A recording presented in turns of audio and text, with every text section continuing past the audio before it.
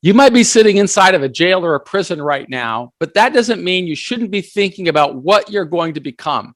I am Michael Santos with Prison Professors, and I'm grateful to you for sticking around with our course. Every one of these courses, I try to share what I would have learned by listening to leaders. And today I have a leader. His name is Mark. He is a small business owner, employs dozens of people, and I am going to be learning from him, and I hope that you will be learning from him as well. So, Mark, thanks so much for taking time out of your busy schedule to talk with more than 100,000 people who are in jails and prisons across America.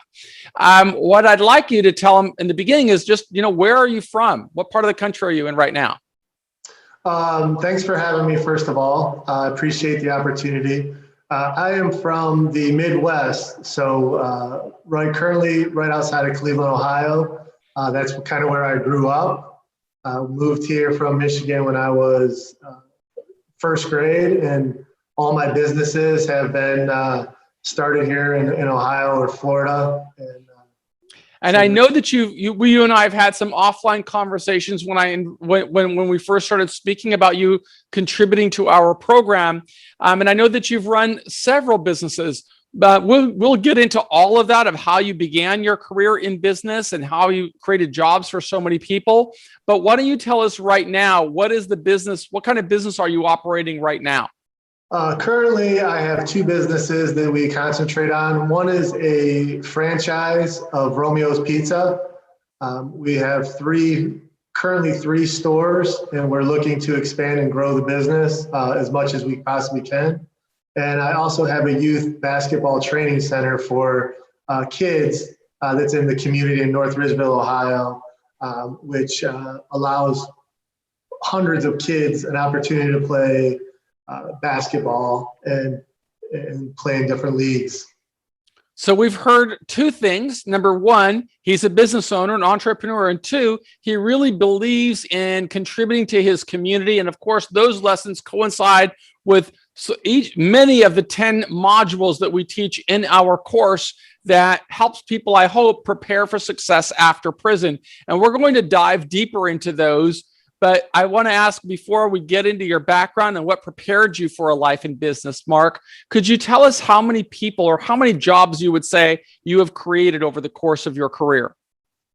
I think from start to finish, like you mentioned earlier in the start of this, I've had several businesses, from mortgage to title to a cryotherapy business. The list goes on, but I've probably created easily probably about 500 jobs throughout all the different businesses over the course of 15 to 20 years. And that's what makes Mark such a valuable addition to our program. We are going to learn from a job creator, a leading contributing citizen of his community, an individual who's always striving to give back and be something more. And he's even taking time out of his busy schedule to communicate with people in jails and prisons across America. And I'm so grateful to you, Mark, for devoting this time with us today. Why don't we start from the very beginning? Tell us a little bit about your background, where you grew up, and what kind of student you were as you were coming of age as a young man. Yeah, sure. I grew up, like I said, in Ohio, loving family. I think I got a lot of my business motivation and sense from watching my father. He was a very successful business person. He always wanted to be an entrepreneur. He kind of worked in corporate America as a CEO, but I saw how hard he worked, and he always provided a good upbringing for me, my brother and sister. We did family vacations. Family was a big part of our growing up. In school, I was above average student. School was a good time for me. Played sports, had fun, graduated a little bit above average, but always wanted to be successful after seeing my father. So a lot of people that are watching our program didn't have that level of privilege growing up. Many of them come from really difficult backgrounds where they've experienced institutional racism and problems and access to jobs and so on. And a lot of them have the conception that if you're the boss, if you're a CEO, you really don't have to work so hard. But you said you were really moved and inspired by your father's work ethic and what he had to do as the CEO of a corporation. Could you tell us a little bit about what that meant to you? When you say he worked hard, could you describe like a typical day of what you remember about your father and his role? Yeah, I remember growing up as early as I can be, waking up at 6 a.m. and my dad already having his coffee in his to-go cup, ready to get out the door by 6:30. He had an hour drive to work back then. He would usually get home, depending on the weather and meetings, somewhere around 7:30, and we would always sit down as a family and have dinner when we were younger. So I always remember him having a really busy, long schedule, working really hard. I remember going to his work at different times, him showing me the different computer systems that they worked on and stuff they would implement. Didn't really understand it all back then. But how many people did your father's company employ when he was the CEO? When my father was the CEO, he was working as the computer healthcare technology, and they oversaw, I believe at the time when I was in high school, 3 hospitals and about 6 nursing homes. So he had a huge area that the healthcare system, the computer system, was in charge of.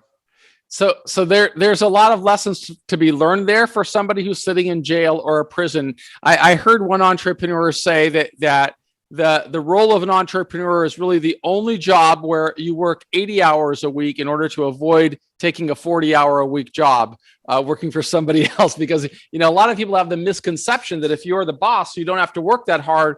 But reality is a lot of responsibility comes with running a business. And it sounds like your father really trained himself well to achieve that role. Do you know about his background and what put him on the pathway to becoming successful in corporate America? His background, him and his brother kind of both took the similar path, but they were from Chicago. My grandma was a hard worker. His father worked on the railroad system back when he was growing up, so he was just a hard blue collar worker working on the railroad. And both my dad and my uncle, I think, followed that path as just being a hard worker, whether it be in corporate America or another branch of work. You said that you were a really good student while you were growing up. Did your father advance his education to a high level as well?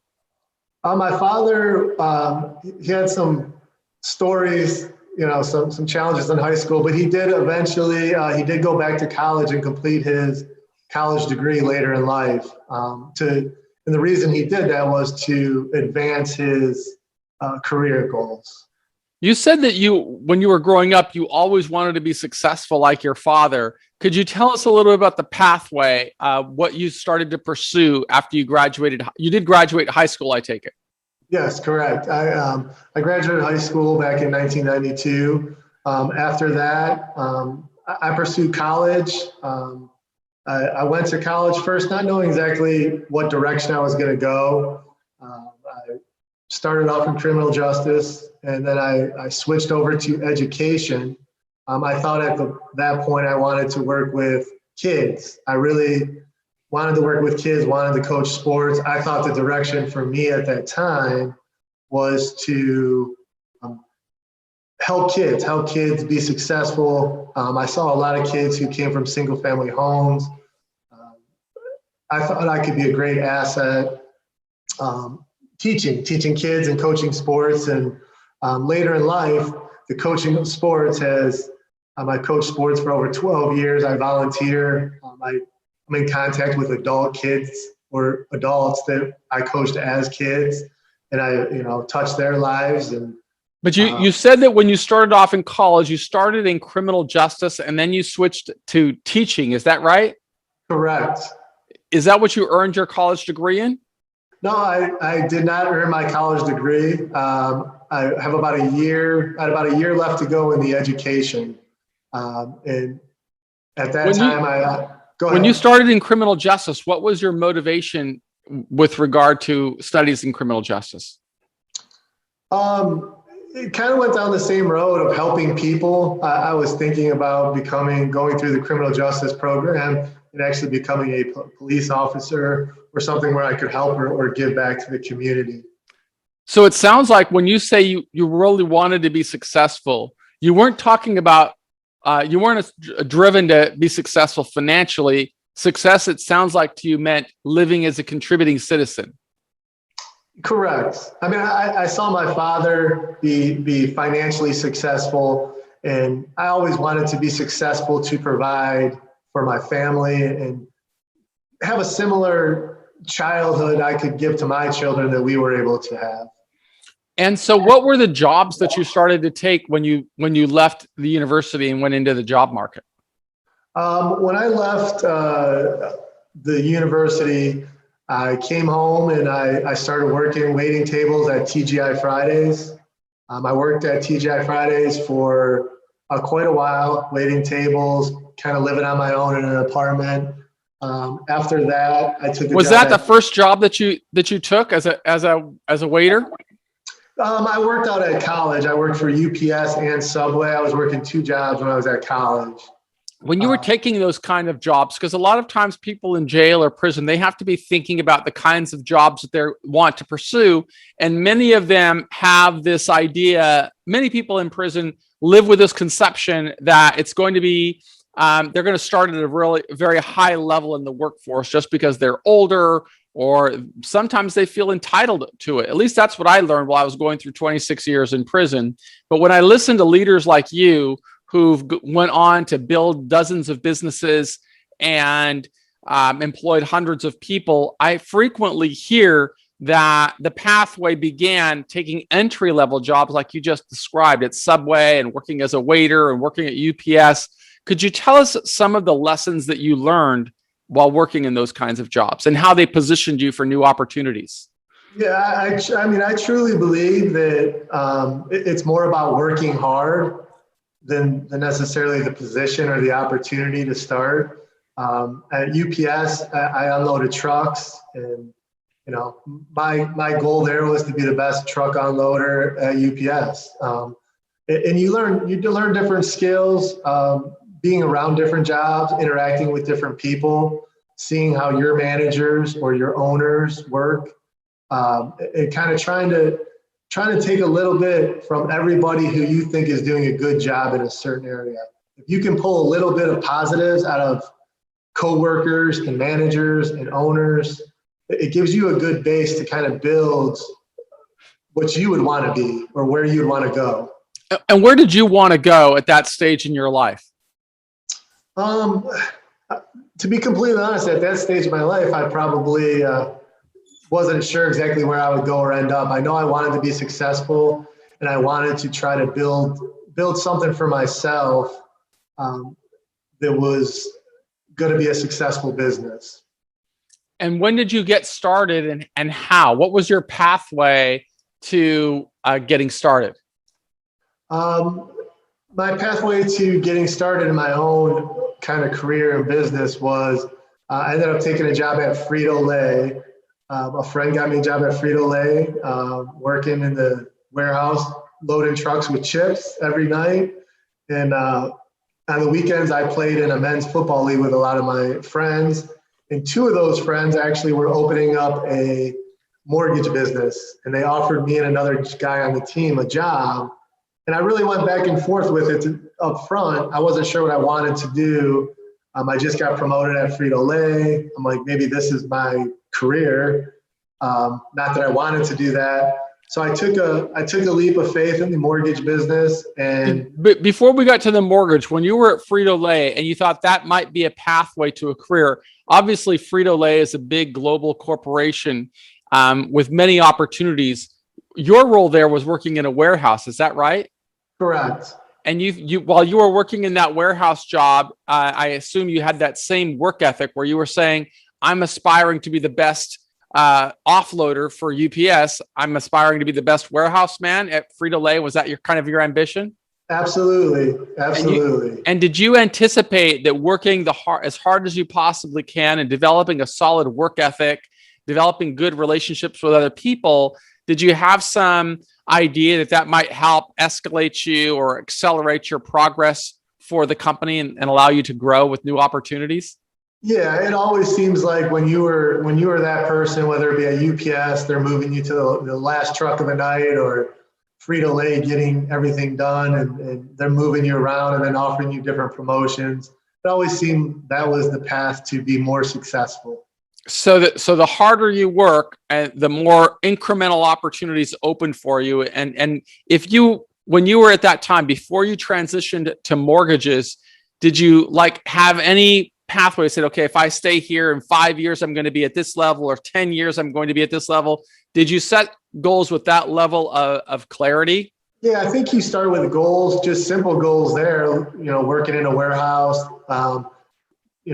Then I had interviews at, Frito-Lay to become have my own route. So you become a driver. And then you just kind of, the goal at the time was maybe to move up as high as you could within that big corporation and kind of see where it took you. And how long would that path generally take to advance in up the corporate ladder in a great big giant corporation? It's going to take probably years to get to the top if you make it. And did you have aspirations of actually getting to the top when you were starting there? Absolutely. But then an opportunity opened for you to join the business community with the mortgages. And that's a very different, I would think that that's a very different career track than working in a more blue collar job where you're loading boxes or Right. driving a truck. Tell us the difference. Yeah, definitely a big difference going from unloading trucks or dealing with chips to financial stuff. But it was a big change, a big learning experience. You had to, and I was always a person that wanted to learn. I always wanted to take risks. I always wanted to learn and push myself. So learning a new business and learning how to figure out people's mortgage payments and read credit reports and analyze their debt and understanding the banks and how they worked and interest rates and what controlled interest rates. That was just a challenge of something new that I wanted to learn and run with. So if I were sitting inside of a jail or a prison and I was listening to Mark right now, he just threw out some really important skills. And those skills he spoke about were learning how to read credit reports, learning how to analyze people's debt to income ratio and what they could afford and how mortgage payments would calculate. What are some of the basic building block skills that somebody would need in order to qualify for a job like that? I think some of the basic skills are in a lot of jobs, not just in the mortgage jobs, is, I'm always a big person on being a good communicator, being a person who can think through different situations. I think those are big skills to have in any job. And there's different jobs and jobs have changed over the years where people have to, take some sort of educational classes or continued education, whether it be in the mortgages or real estate businesses but there's a lot of opportunities out there for a lot of different people that I've seen over the years. Within one industry, there's a ton of different spokes that create opportunities for other people, whether it be, like I said, mortgages to real estate to notaries.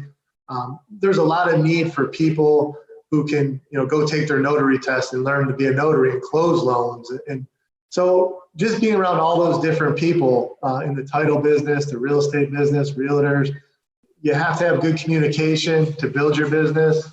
And then you have to be able to think and be positive and just keep everything moving on the back end of it as well. So if somebody's sitting inside of a jail or a prison, I know what I would have been thinking when I was in there. I said, well, I know that I can't go out and process loans right now because I'm sitting in this solitary cell or sitting inside of a prison. But there are things that I can do that might accelerate my pathway to new jobs, and that's going to require me just to focus on improving my reading skills, improving my writing skills, improving my ability to use math in really simple ways.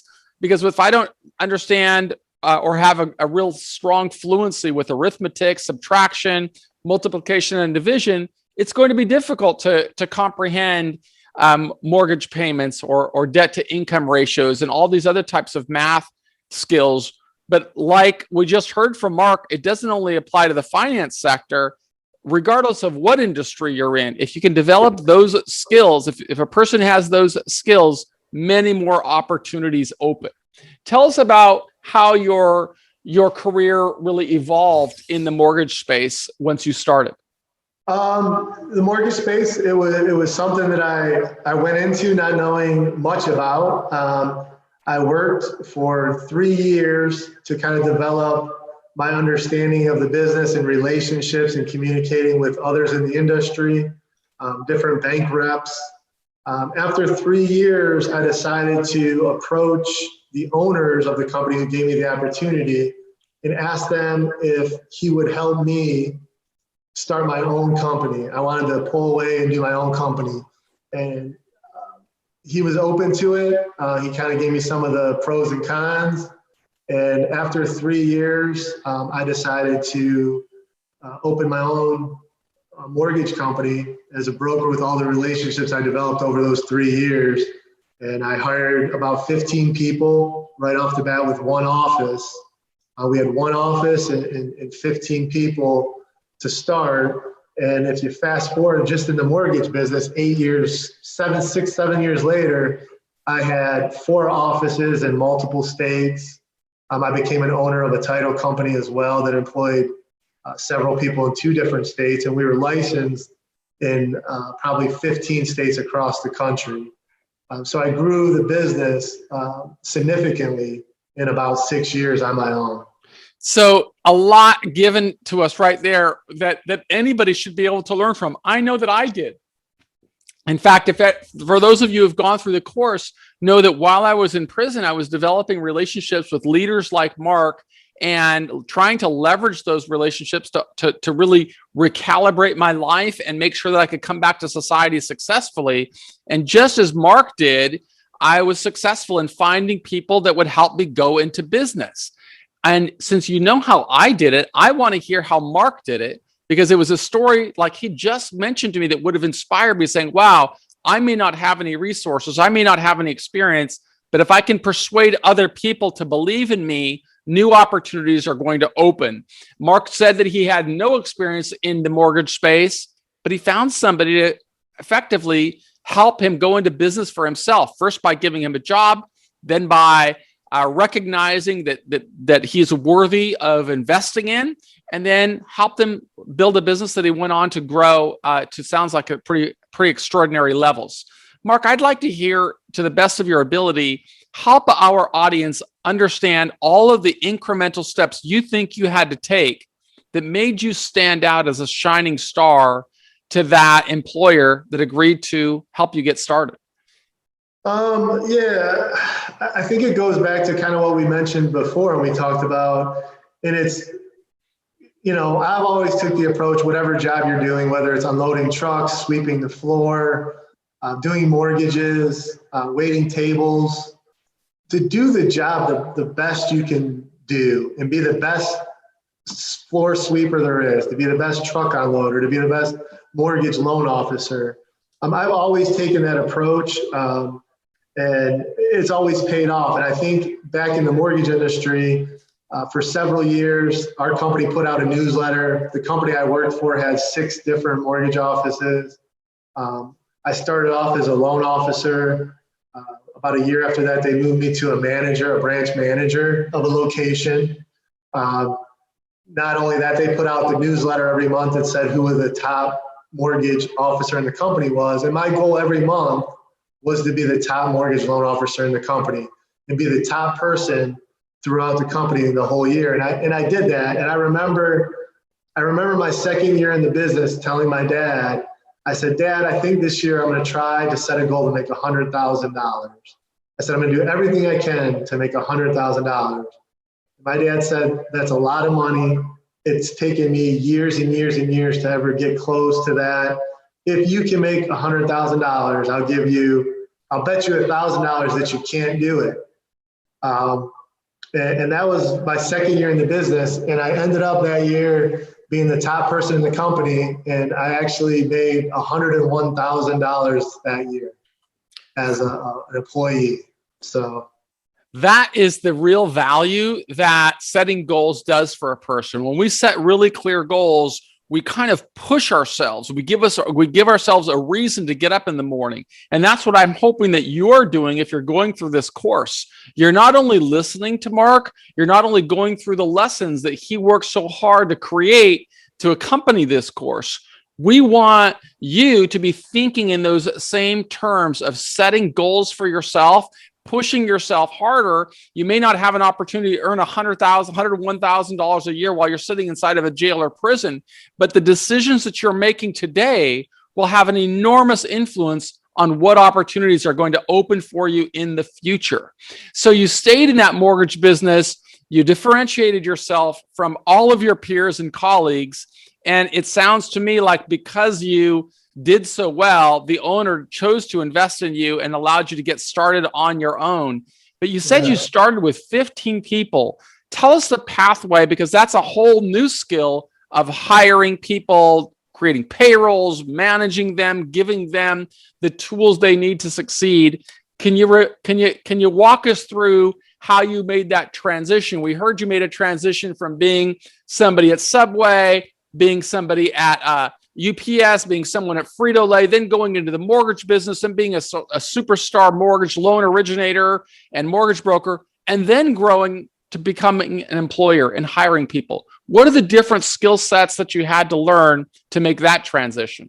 Yeah, and I think talking to anybody who has aspirations of becoming successful or owning their own business, because everyone can, I would definitely say this.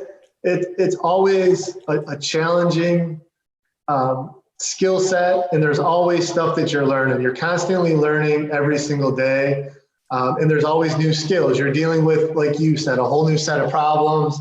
You have to make sure you have payroll. You have to make sure you have forms. You have to make sure you're training people properly.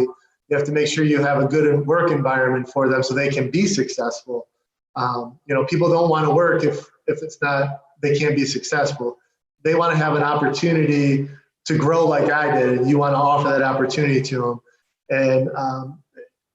And I think it's the relationships that you develop over the years with people that can really help you be successful when you do your own company. And there's a lot of people that worked at my company that I did the same thing for that someone did for me. A couple of my good friends worked for me for several years and managed offices for me, who went out on their own and they had their own companies. So I gave them the same opportunities to be successful, to learn, to watch, grow, and then they can put that into action and run their own companies. So when you hire people and you've got a responsibility to kind of help them earn a living and make sure they get paid every Friday or every 2 weeks or however long your payroll goes, you also have this responsibility of making sure that you're tracking their progress and making sure they're executing on the goals or the tasks that you as the CEO of a company set. Could you tell us about the way that you would measure performance and make sure that they were being motivated to, so to speak, be the CEO of their own life? Yeah, I'm really the way we worked it there and we measured success was basically with the amount of loans, relationships they could create on a monthly basis. We did a lot of marketing for the company in-house, whether it be we ran TV commercials. We did a lot of different stuff to help promote our company, which they could benefit from by being in the office, making sure they're there to take calls from possible clients, to be around, to learn, to hustle, everything you build starts with square one. You have to start from the bottom to build anything, and that's even your own business. So you can be working for a company with a lot of different goals and opportunities, but if you let those pass you by, you're never going to excel to where you should be in that company. How long did you stay with that mortgage business? Because you said you grew it to several different locations. How long did you stay in that industry before you transitioned to other businesses that you built? I stayed in the industry as a whole for quite a while. But with my own business, the way it was set up, we transitioned into some other real estate opportunities. And in 2000, it was probably 2008 or 9 when the whole real estate market took that huge crash, which affected, the whole country. And a lot of the small banking and mortgage people couldn't withstand the total, fallout of the mortgage industry as like the big corporations could. At that point is when we or I at least decided to close and downsize most of my mortgage offices and companies. And we kind of transitioned into some other opportunities in the real estate field. And what were some of the next businesses that you built besides investing in real estate? Shortly after that, a couple of gentlemen who were working for me in the mortgage industry, they were putting together some different information on doing tax deeds at tax land sales of different states around the country. And when the mortgage business was kind of on a downturn, I approached them about starting our own business and kind of pursuing that and learning more about the whole tax deed business. And we ended up creating a tax deed business called Reliance, was the company at the time. And we built it over about a year and a half. And there was a company out of Montana that bought the company from us. They bought the business from us. And part of the buying of the business was we had to work there for a year contract to make sure that the business was successful. But we built the tax deed business and we ended up selling that. And that was just from people within my company who showed the communication skills, the determination to be successful. I picked them out to move on to build another business with, which was successful, and we were able to sell it and be quite successful. What does that mean, the business of the tax deed? I think a lot of times people in prison or jail have to be thinking about how can they be more like Mark? How can they think about building their own business? Because a lot of times the job market is not going to be so friendly to people in jail or prison. And so it's really important for those people to be thinking about what can they do to build their own career or create their own jobs. Could you give us a 10,000 foot view of what that means to be in the tax deed business? Yeah, a tax deed business, and people might be familiar with like a foreclosure on a house. Basically, we came up with the idea that around the country, there's a lot of people that were losing land or property to foreclosures because of the lack of paying property taxes. And at these tax sales, the bids could go higher than the taxes that were due.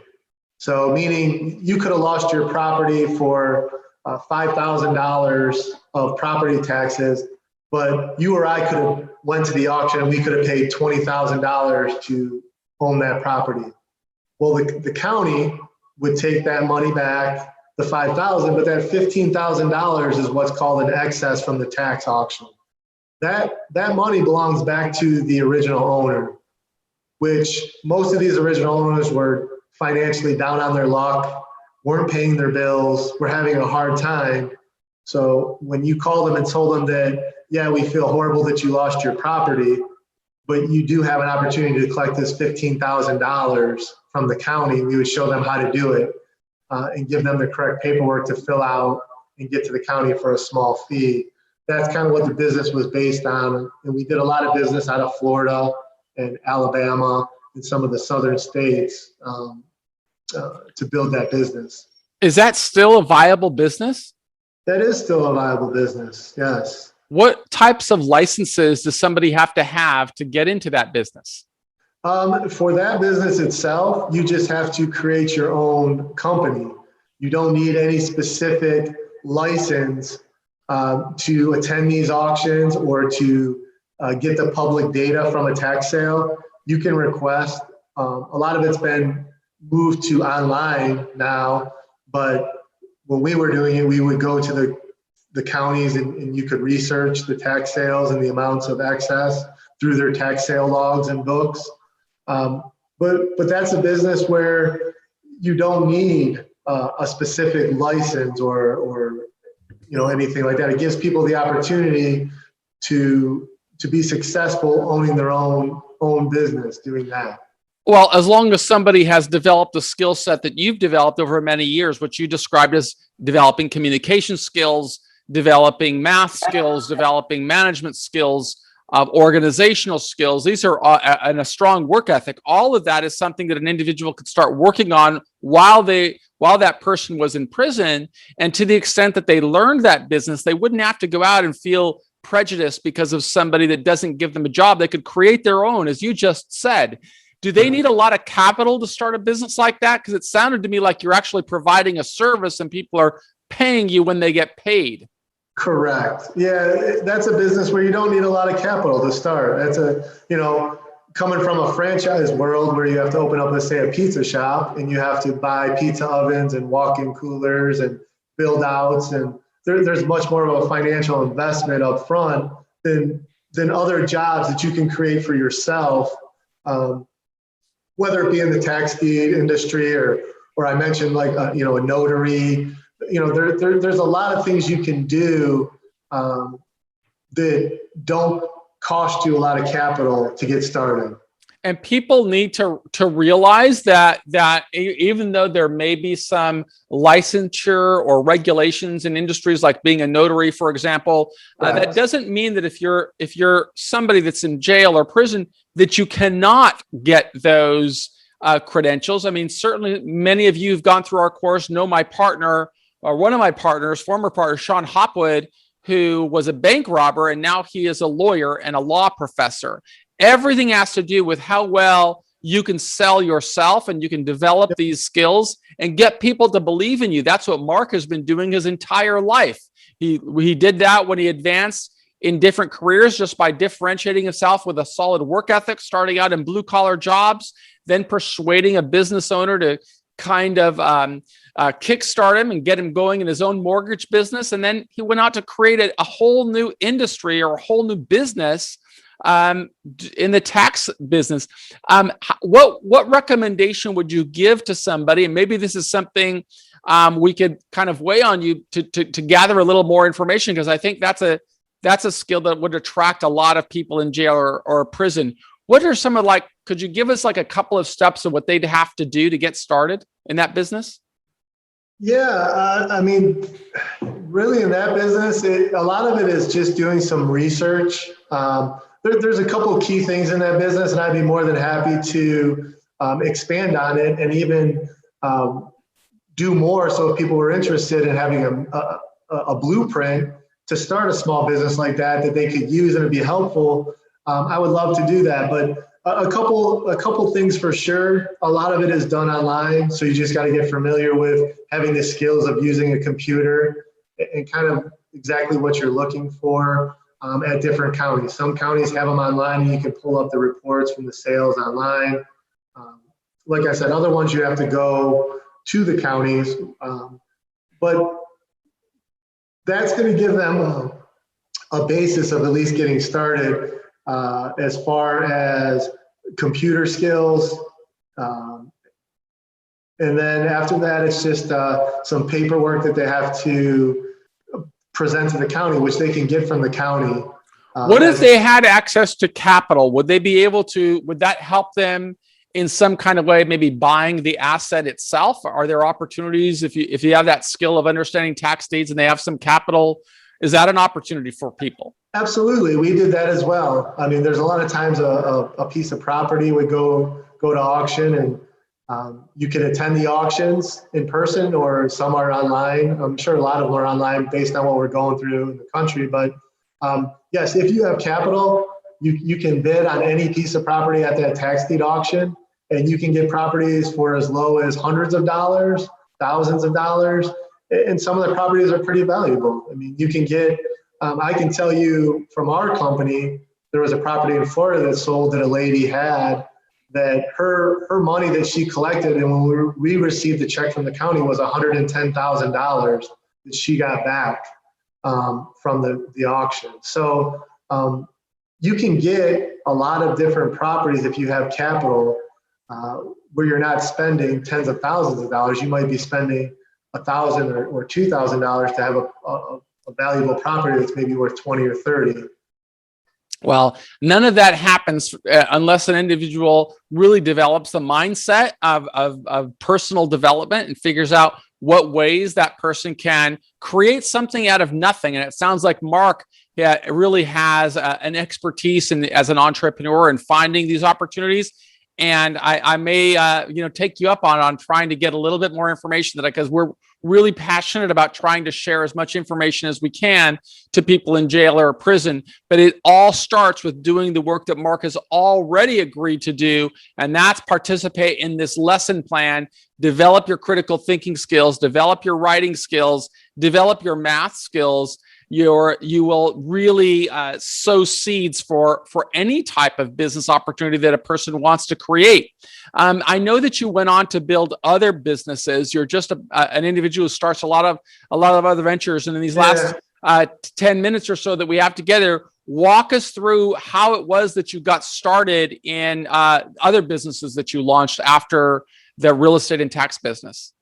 I think everything, talking to people who might be on the other side of this video in prison, I think some of the biggest things is, believe in yourself, be determined, set goals, and develop those communication skills with people around you that can make you successful. And that's really what I've done. A lot of the business I have started since the mortgage industry been with people that I've met, that I've worked with, that I've developed relations with.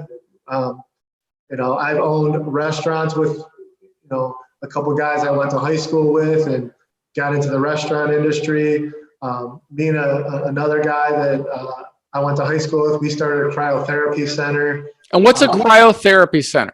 For those of you who don't know, the best way I can describe it is it's like a stand-up tanning bed that doesn't cover your head. It comes up to your neck, but you stand in there for 3 minutes and it's extreme cold. So it gets down to negative 250 degrees or 300 degrees. And you're in there for 3 minutes. It's supposed to help with aging, aches, pains, arthritis, different stuff like that.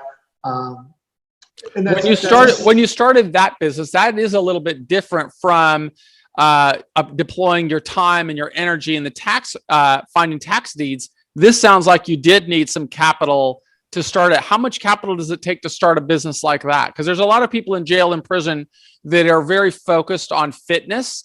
And this is kind of related, as you say, to dealing with aches and pains and sports medicine.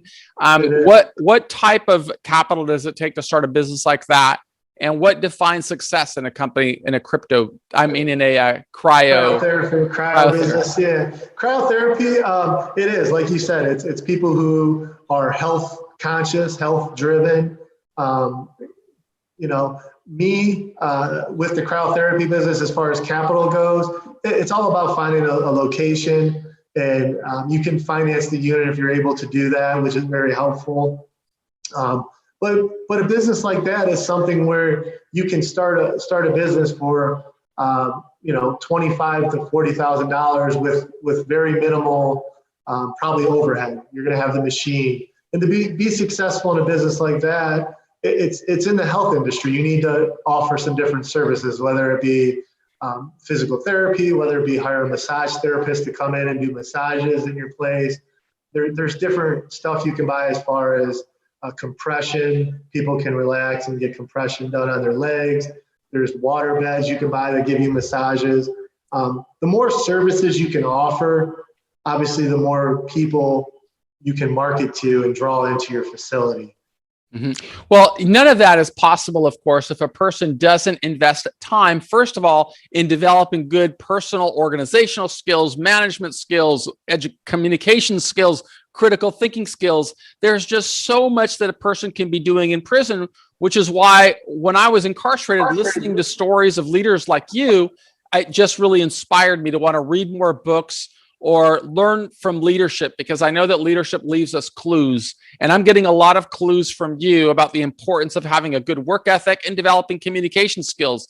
What came next in your career?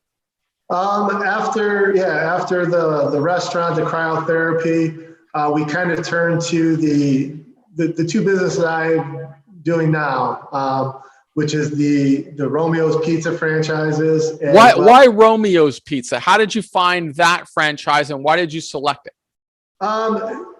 We did some research. I had a couple guys that I knew from other jobs and businesses along the way.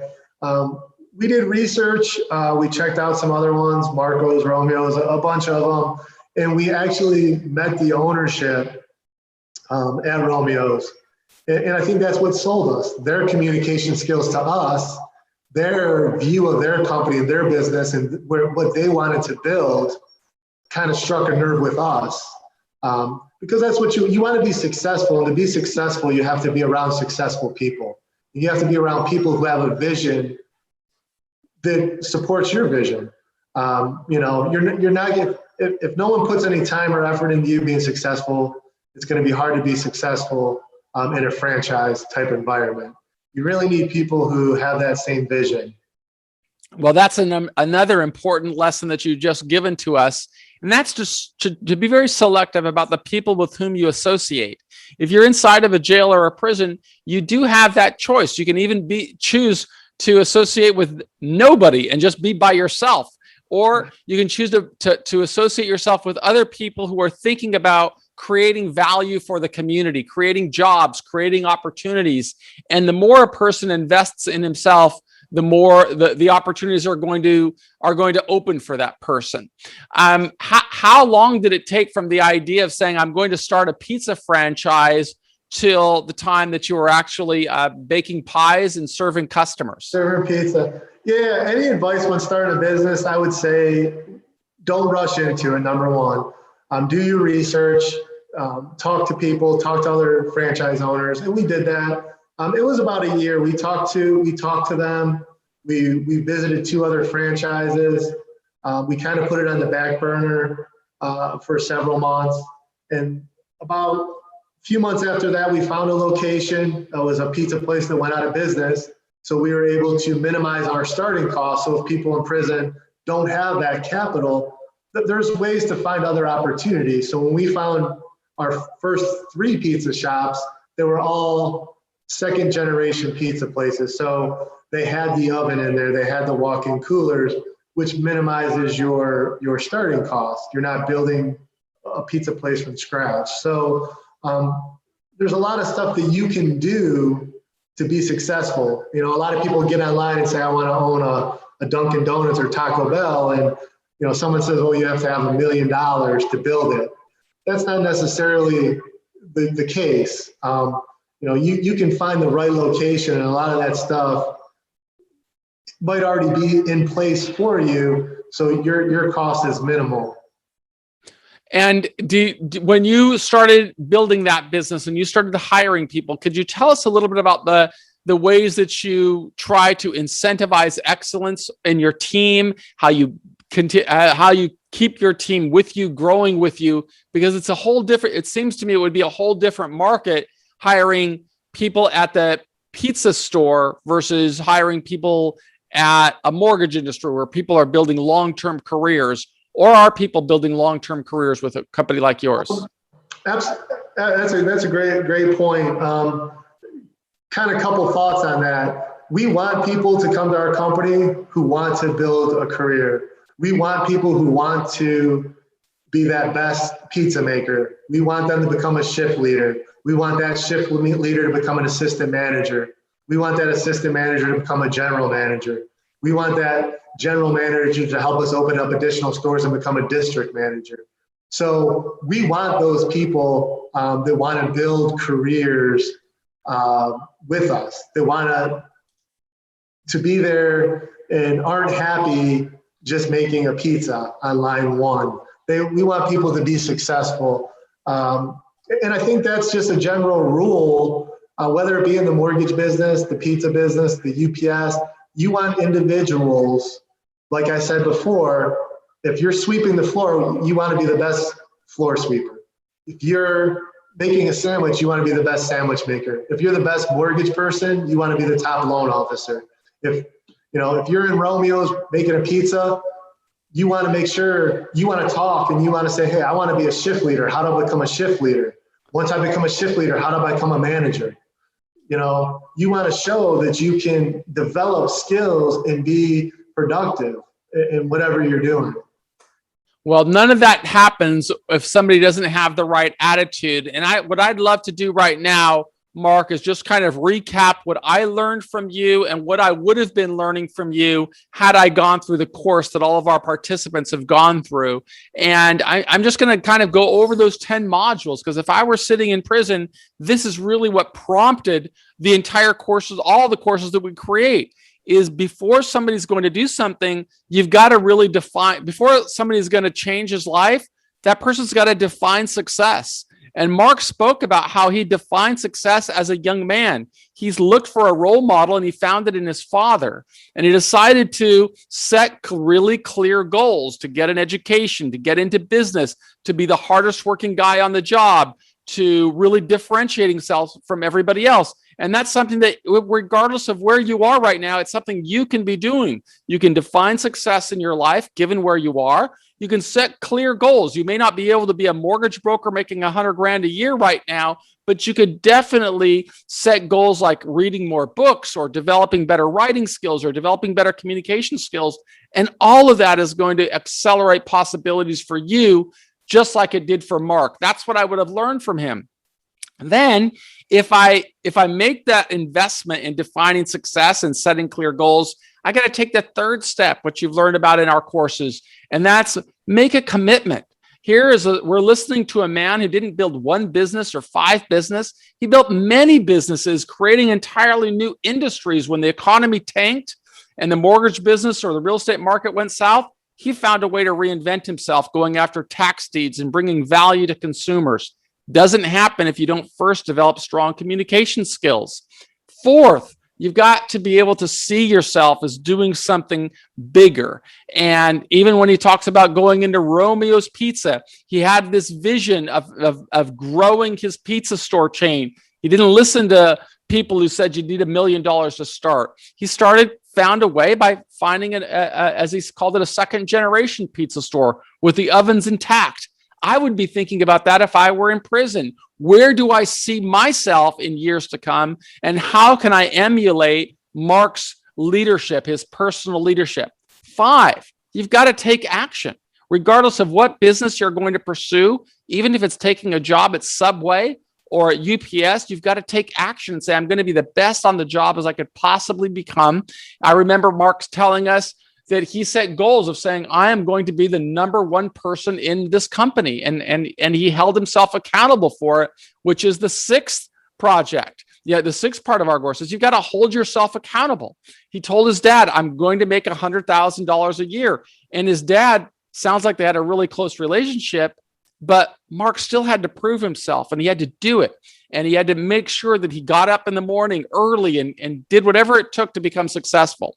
7, he had to be aware. He had to keep his head in the game. Where is the next opportunity? And he said, don't rush into anything. Open up, take years, take time to make a good assessment of what you're going to do. And when you're doing that and you're working hard and you're giving this full commitment, the world becomes aware of you and opens opportunities, just like the owner of the mortgage industry gave him a shot. You know, this is something that you could be learning from right now. Don't think just because you're sitting in a difficult circumstance, you can't transform your life. You may not be able to do it overnight, but there's that old saying that we frequently hear that an overnight success is 20 years in the making, and you've got to be authentic if you want to do it. That's what I learned from Mark. It's what I would have learned from Mark if I were still in prison. And then 9, you've got to celebrate these achievements as you go, whether it's a little achievement like getting a job, a bigger achievement like having your supervisors recognize you and give you, increasing levels of responsibility. But the final lesson here I really see in Mark, and that's why I'm just so grateful to you for sharing your story. And that final lesson is about gratitude and living with this sense of contribution and wanting to do more. And throughout Mark's life, that's what we heard him striving to be, as a good community citizen, a good American, somebody that wants to not only increase his own financial well-being, but wants to provide a better life for many people in his community and his team. He wants to develop them to stay with him for a long period of time. These are the lessons of leadership. And Mark, I'm just so grateful to you for spending time with us today and giving us your wisdom. We are going to use this to teach and inspire more than 100,000 people who will not only listen to the video, but also go through the course that you're taking the time to write for us. And I really want to express personally my appreciation to you, but I want to also give you the last word and see if there's any final thoughts that you might give to the people in jail and prison that are going through our course. Yeah, absolutely. Once again, thank you for having me. Thank you for taking the time to allow me to hopefully help many people that are watching this video. And my biggest advice to them would be to, like you said, take this time to read, to develop the communication skills. And don't be afraid to look and take risk and set goals for yourself to be productive. And when you do come out, whether it's you want to start your own little tax deed business or you want to look for something that you really are passionate about, take time to do some research, talk to some people in the industry in different states. I did that with the cryotherapy business. I reached out to people in California to see how they were successful so I could be successful. So take that time, do your research, and whatever job you take, it could be at a pizza place. We'd be more than happy to hire many people.